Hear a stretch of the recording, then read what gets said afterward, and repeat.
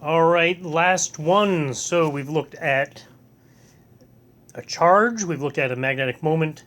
Now we want to look at a current and see how that reacts to a magnetic field. And here's a current loop-ish thing. It's sort of a half loop.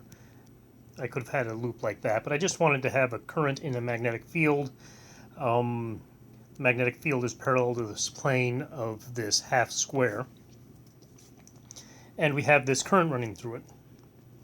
And that's going to create a force, F equals I dl sine theta, where theta is this green angle here.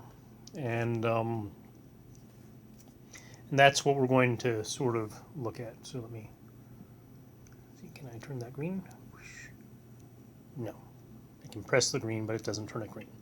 All right, so I want to figure out how to put this together. So this angle here we just said was 90 degrees.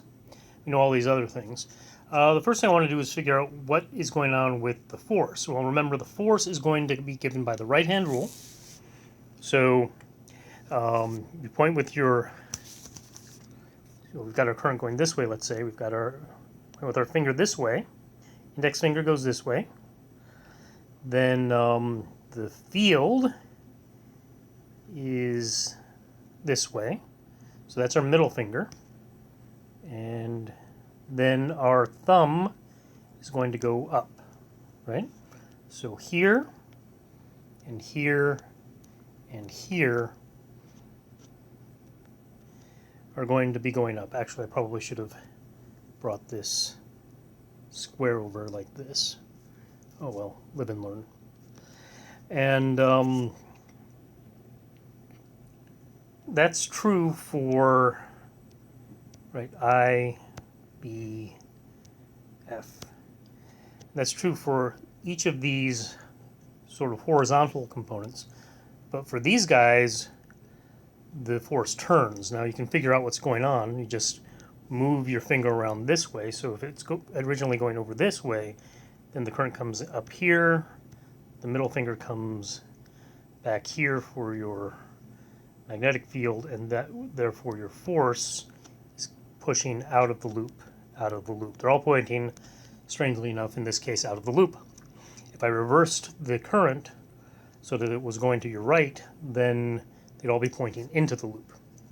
That means these two guys technically are going to cancel, but we're going to need to figure that out. So I'm going to use F equals IBL sine theta on each one of these three forces: right force, left force, and I guess T is for top force. Sine theta for all of them is 90 degrees. Sine of 90, or theta is 90 degrees. Sine theta is equal to 1, so we don't have to worry about it. FL is going to be the current, which is 1 amp, times the field, which is 1 Tesla, times the length here, which is 0.1 meter, which is equal to 0.1 Newton. FR is exactly the same. It just happens to have a negative sign. It's in the opposite direction. And since they're in opposite directions, they cancel. So that's not part of our force. And finally, we have FT, which is going to go straight up. That's 1 amp, 1 Tesla. But this goes the entire 20 centimeters. 0.2 meters is equal to 0.2 newtons, and that's our answer.